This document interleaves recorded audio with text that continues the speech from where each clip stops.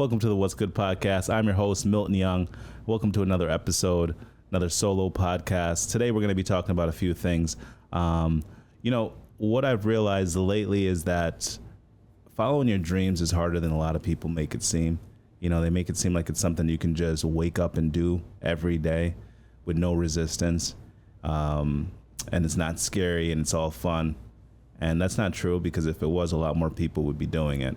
I realize that, meeting the people that I'm meeting on the comedy scene here, some of the actors that I'm running into, some of the authors that I'm talking to get them on the show, just getting that first conversation and realizing how much effort they've put and how disciplined they've had to be to get to where they are in terms of who is in their life, the friends that they decide to keep, the people that they decide to actually form an alliance with to get them to that next level. All of those things are super important to determining how successful you're going to be.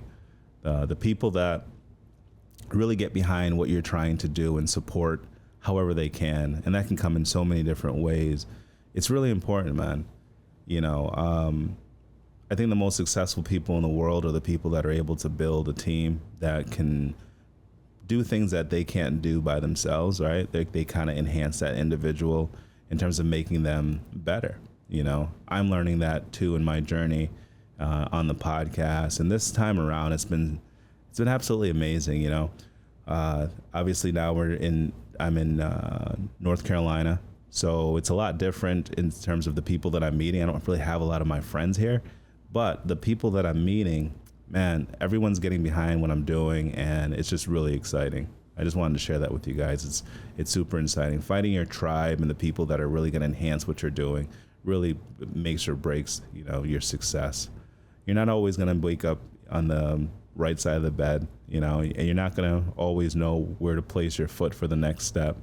But if you have the right people behind you, next to you, in front of you, leading you, guiding you, supporting you, then you're going to be really surprised at where you go. The trick is having the right people and being able to I'd make sure that they're in it for the right reasons, and that's not always easy to do. It's probably the hardest part. Podcasting I love it. It can be a lonely world, right?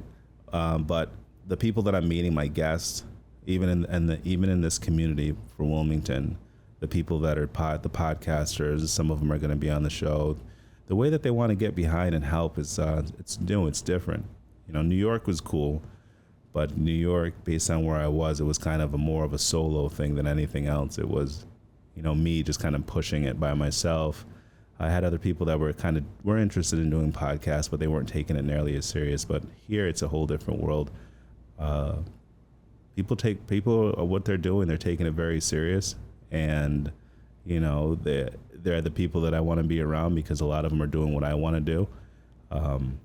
And they know what it takes to get to that next level. So I'm fired up to be around those type of people.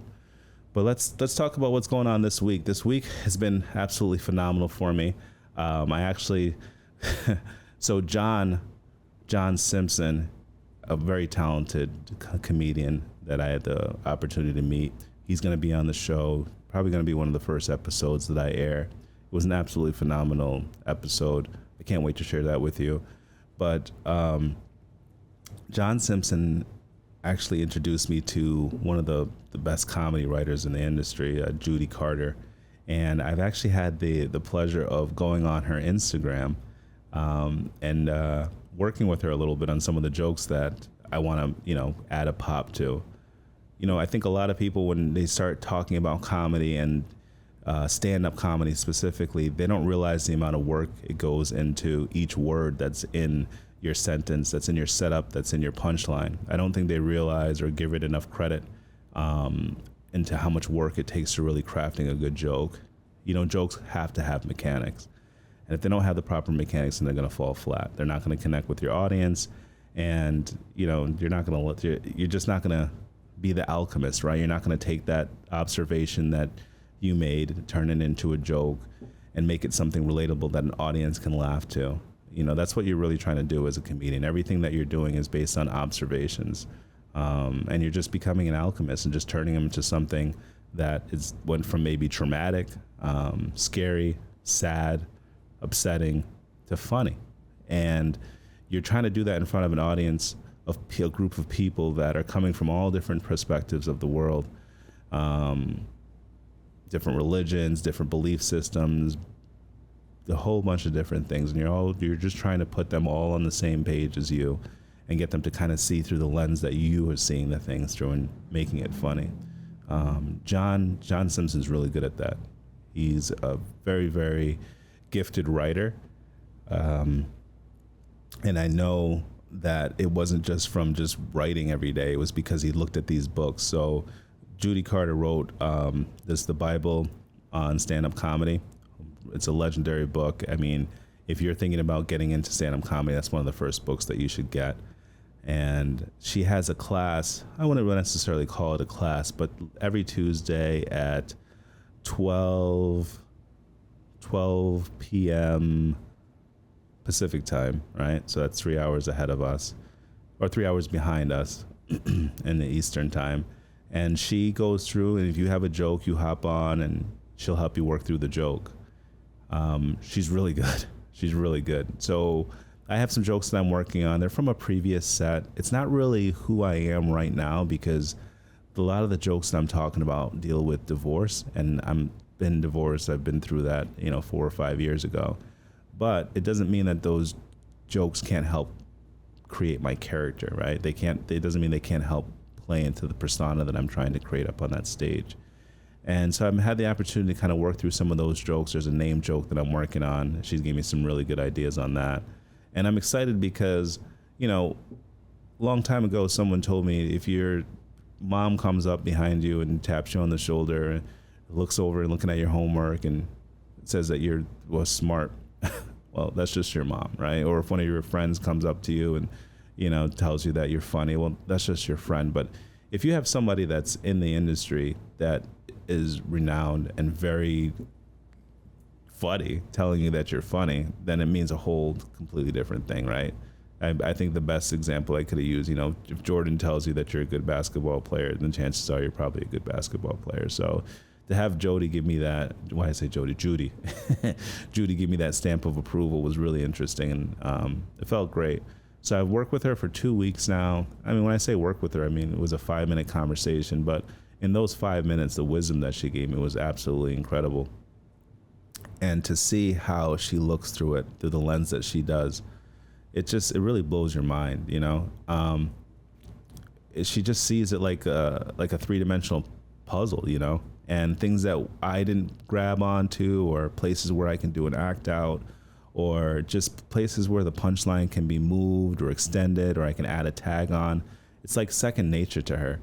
And it's really fun to be a part of that process. Now, anybody, I'm just going to give you guys some advice that has helped me out a lot. And I want you guys to take this in, especially if you're a comedian, or if you're anything, if you're an author, if you're becoming a podcaster, if you are, if you're just wanting to learn something that is fairly challenging. Let me explain something to you very quickly.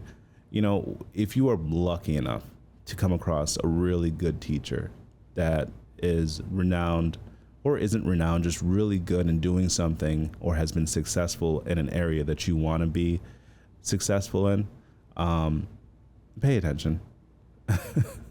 Pay attention and show up, right?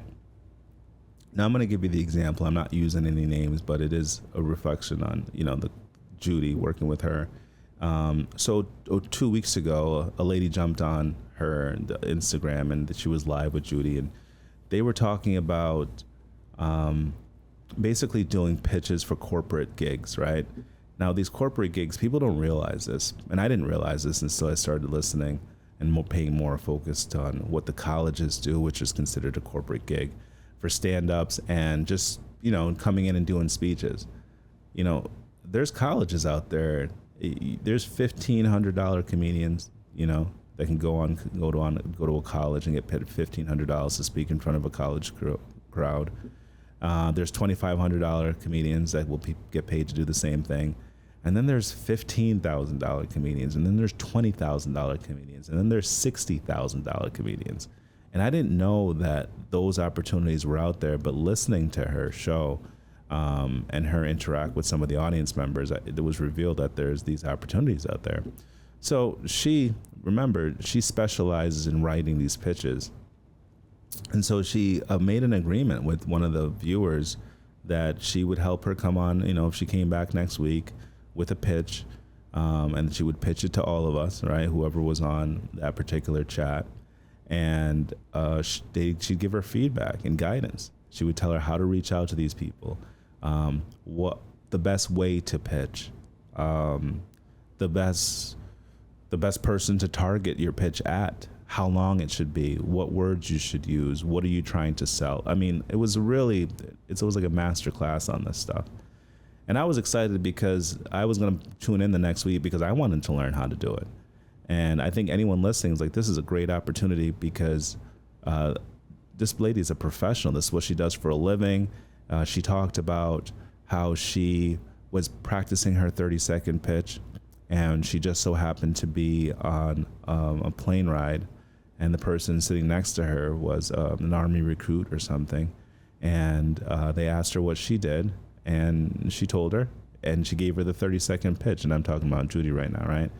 And so after she gave her the pitch, she actually ended up getting a gig. I think the gig was for like $15,000. And after she did the gig, they recommended her to 3 other people, from the Navy. She went to the Army. She went to the, Green Berets or whatever it was. But she ended up, all said and done, when it was all said and done, it was $160,000 she made off of this 30-second pitch. So this is what she was going to help this lady do the following week that I tuned in for. And can you believe that this lady showed up? First of all, she was driving in her car. She didn't have anything written down. She wasn't listening to the advice that she was getting. She was walking around, which was making me dizzy. And I was just annoyed because it's like, this is an opportunity for other people that are working on jokes to come up and have their jokes worked on. And this lady who's been afforded this amazing opportunity just completely snuffed it. Like, just didn't even show up for herself, let alone Judy, right? And it was disappointing. And Judy played it off like a professional, man. She went through and she still kind of ran through the pitch that she used. And I don't even know if the lady was listening. Some people, I think it's a lot of these people that do open mics that go in there. Their friend told them that they were funny, so now that they think they're funny, and they have 2 jokes written down on a napkin, and they go up there and they read off these jokes that don't have any structure, don't have a setup, don't have a punchline, and they're expecting a laugh, and then they're disappointed when they don't get it, but they're still happy that they're up on stage. If you want to see people like that, just come to the Dead Crow on any Thursday. There'll be at least 2 or 3 people like that. And I've never understood that, because when you have an audience, when you have a captive audience, you have an opportunity. And one thing Sinbad told me after I went to one of his shows and he was asking a bunch of questions, it was like, try to get on as many stages. If you want to be successful in comedy, try to get on as many stages as you possibly can. If it's in a cafe, if it's in an airport, if it's in a comedy club, if it's in a karaoke club, get on that stage. But when you get on that stage with a purpose, right? And that purpose is to make people laugh. And the only way that you can really do that, and any comedian knows, like a real comedian, and I'll talk about comedian because that word gets thrown around a lot, and I don't think it's necessarily been used properly. But, if you're a comedian, then you know that, laughs, it's a psychological thing, right? It's a psychological thing. Reading the room, it's a psychological thing. If you're a really good comedian, someone tells you, okay, tell me a joke, and it's just you and him sitting there, well, you're probably not going to tell him a joke, because you know that as a comedian, like, you need an audience, right? For you to be stand-up, you need an audience. You need to be standing up in front of an audience in order for those things to work. And the whole comedy word, comedian word, I actually laughed at that because, when I was taking my class with Jim Keller, I remember saying, it was the 3rd day of class. It was the whole session was a 6-week session. It was the 3rd day of class. And I remember saying, I'll never forget it, Jim's reaction, that I love being a comedian and that I've always aspired to be one. And now that I'm a comedian, I'm very happy. And Jim very politely, but very directed, said to me, the only way someone can say that they're a comedian is if they are being paid. He didn't say anything about the whole, like, if you can only call yourself a comedian if you're professional and all that stuff. He didn't say any of that. He's saying the only way you can call yourself a comedian is if you're being paid to tell jokes. And I thought that was absolutely brilliant. And that was the last time I called myself a comedian until I got a paid gig. And then I kept on calling myself a comedian. But I agree. I think that in order for you to really achieve that accomplishment of being able to say that you're a comedian and really mean it and really command that spot, is if you're actually out there and you're doing it. If you're actually out there and you're making people laugh. If you're actually out there and you are going to those open mics, even if it was the last thing that you wanted to do, for that week or that day. It's a journey, man. It's a journey. And what I learned is that you have to show up even when you don't want to. And it's for anything. If it's being an author, if it's being a podcaster, if it's being a comedian, if it's being a parent, if it's being a good friend, you have to show up even when you don't want to. And that's probably the hardest thing of this whole dream chase, leap of faith, all that stuff, is showing up even when you don't want to. Because I'm going to be honest with you, if you don't show up, you're going to miss something that was very critical in your journey. And it doesn't mean you won't be able to complete the journey. I just feel like it'll be a little bit harder for you to complete it because you have that missing piece, that piece that you should have captured if you'd have showed up for yourself or somebody else is now missing. And it makes it more difficult, moving forward. So, a lot of people say take the path of least resistance. And I'm going to flip that on you a little bit because, the path of least resistance usually has the most resistance. And I'm going to explain that to you. I think the path of least resistance should be the path that you're pulled to take, right? It should be the path that seems most natural to you, who you are. For example, me, I've always liked to be funny. I've never been shy from an audience or a group of people. And I'm very good with being under pressure, depending where the pressure's coming from. So naturally, it's for me to be a comedian. The path of least resistance would be a comedian. The path of more resistance is if I was saying I'm going to go out and become an accountant. That would be a painful, disastrous failure, right? That I have no interest in whatsoever. So that would be considered the path of more resistance. I hope that makes sense to you. But on the path of least resistance, you'll face more resistance. And the meaning is this. And I need you to really pay attention to this because any of you that are on this journey will understand what I'm saying, in the sense that the more you get into that journey and the more you apply yourself, show up, push through any kind of doubt, fear, the more resistance you're going to get. There's going to be things that show up to try to deter you, to discourage you, to push you out of the way, or just drag you off track. And those things are there to make sure that you really want it, right? They're there to make sure they're just there to test you. And I really believe that when you look at some of these big stars out there, the Drakes, some of these football players, LeBron, some of these comedians, even Kevin Hart, as much as I, not the biggest fan of Kevin Hart, but he fits into the category. There's just so many of them out there that I could think of right now. But anybody that's doing something on an above average scale, they've all received a tremendous amount of resistance. A lot of them talk about it. I mean, every album Drake releases, he raps about it. But that's part of it. That's the universe testing you to see how bad you really want it. And then it's something else testing you to see how bad you're willing to work for it. And then there's some other force out there just testing you to see if you're worthy of it, I think there's a lot of people that don't get to the next level because they give into those other resistances. They give into those other obstacles that kind of pull them off course.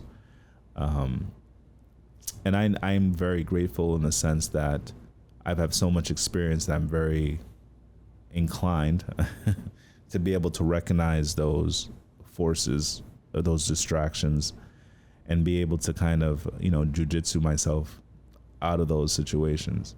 And it's important because if you don't stay on track, you're never going to get to where you're supposed to go. And I think, finding that path of least resistance is probably one of the hardest things you can do, but staying on it is even harder.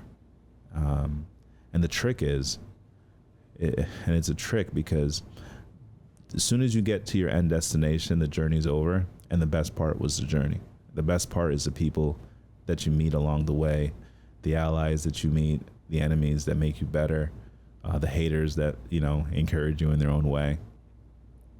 There's a lot of that. Everybody that's trying to accomplish something has every single one of those proponents that I just mentioned. But like I said, the people that are the most successful are the people that really show up and they treat those distractions as what they are, which are distractions. And they're just so focused that nothing can get them off their course. Sometimes it's people that you love, man. Sometimes it's people that you love. You listen to a lot of these rappers and a lot of these really successful authors and just successful people, man, athletes, and they'll tell you, hear them, like as they got bigger, their circle got smaller because some people, the more successful you are, they feel that and somehow that's a reflection of them not being successful. And they'll do whatever they can on the sly, on the DL, on whatever, just to throw you off your course. And there's so many other things just that are on the course that are going to distract you that you don't need any additional help from anybody else. You really have to stay the course. You really need to be focused on, what you love, what's driving you. And whenever you begin to get distracted, you have to resort to that, So last week, I didn't go to the open mic, and it was a measured decision in the sense that I don't want to get stuck in this loop where I'm going to the open mic every week just to say that I'm going to the open mic every week.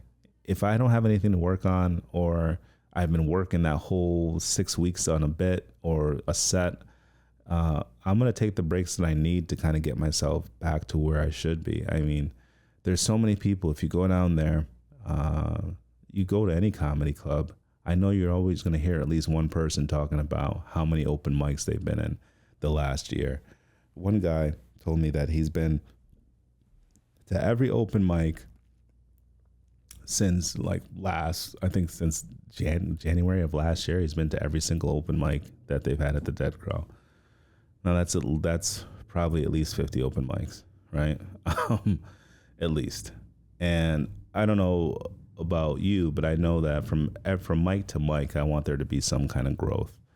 If that means, I got a little bit better with my stage presence, if that means I got better with crowd work, if that means that, I wrote a joke and I learned how to make it work better, all of these things, they all go into becoming better and your purpose as to what you're doing, why you're doing it. And if I don't have anything to work on, if I don't have, and I've already been working and I've gone to 6 open mics and I'm hitting everything that I'm trying to accomplish, then I'm not going to go to that 7th open mic or 8th open mic. I might take 1 week off. I might take 2 weeks off. But as long as there's work that's happening, as long as I'm not avoiding the craft, then I'm fine with that. Stage time's important. And the worst open mics, I feel, especially if you're really trying to work on some material, is the open mics where it's just the comedians, because they're not going to give you the laugh or the reactions that you really need to get so that you can tune in your work, right? So you can dial in your material. So here's something interesting that I learned from working with Judy is there's a joke that I'm working on with my name. I'm not going to reveal it, but you guys will hear it on one of the sets. I've been working on it now for about 4 weeks, and it's fun. It's just, you're moving words around, you're working on your intonation, and, it's been fun for me. And it's been a journey to see, I remember when to tell you a little bit about the background of the joke, I came up with it when I was at Dead Crow. I was kind of surprised with myself because it's something that's always been in my back pocket. I never used it. And I used it, and it was just a reference to my name, and how I don't really look the part. And to see what she helped me do with it's been unbelievable. And the first time I used it on stage, it definitely worked. It was the first open mic that I went to. It worked really well, a lot better than I thought it would. But now I'm realizing that I could punch it up like 2 or 3 levels. One of them is just because I rewrote the joke myself. And then the other is I put it in front of her, and then she rewrote it in a completely different way. So now I'm getting more mileage out of the same joke. And so something that, was a 15-second joke, 2-line joke, is now it's turning into, the whole first part of my act, So that's what's fun about that. It's really a matter of finding the joke, finding the opportunity to turn it into a bigger joke, and actually doing it, performing it. There's a lot of people that I know, probably a lot of people listening to this, that think, the writing is all you need to do to be a comedian. You just write. Every day you write a joke, or 5 jokes, or 10 jokes. And at the end of the week, shoot, you got 70 jokes, right? But what people don't realize is that out of those 70 jokes, you'll be lucky if 1 or 2 of them are good. I was going through some of my own work, and look, if you're a comedian and you're whatever you are, date your work. Do not date your work. That was the first thing that Jim told me. Date your work. So when you're looking back at a joke, you have an idea of what year it was. Then you have an idea of what caliber comedian you were when you were in that year, and then you kind of have an idea of like how close is it to who you are now. Like if I put a date on my divorce jokes, I mean that was like 6 years ago. I'm a completely different person than I am now. And I think I should know that when I'm looking back at that notes, to realize, yeah, you're not the same person.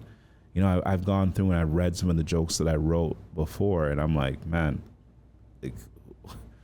where's the funny in this? And I know when I wrote them, I was laughing really hard, but they're not funny to me anymore because 1, I can't relate to the joke anymore, and 2, I'm a completely different person. So it's fun reworking some of that divorce stuff, because I'm learning the mechanics of it. The only thing is it's just not as reflective of who I am right now. So that's the only thing. I want stuff that's kind of going on with my life now, because I really don't reflect on that divorce the way that I used to. You get over it. You realize it was a part of life. You actually end up becoming a better person after going through it if you're a good person. And you learn a lot about yourself, people, and the people around you. So a lot of good can come from divorce. It just doesn't feel like that when you're going through it. And then I use it for therapy, and it just played its role. So I'm kind of over it, and I'm on to bigger and better things. But me and Judy found an angle that I think that we might be able to play a little bit on, and I think it's going to win me over some of the crowd. She told me 70% of the audience in comedy is women.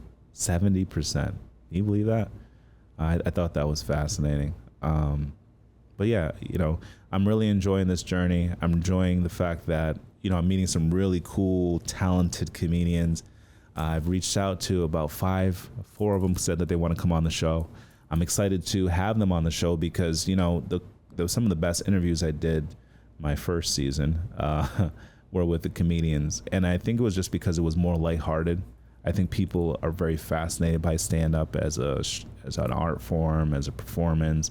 And it leaves people in awe in the sense that,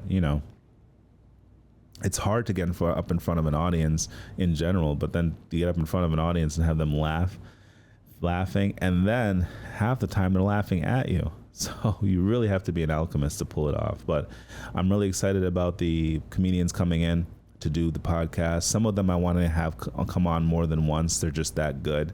I don't think I can capture everything in one viewing, in one sitting. And the other thing is that, to get their perspective, some of these people have some really interesting lives, some really interesting stories.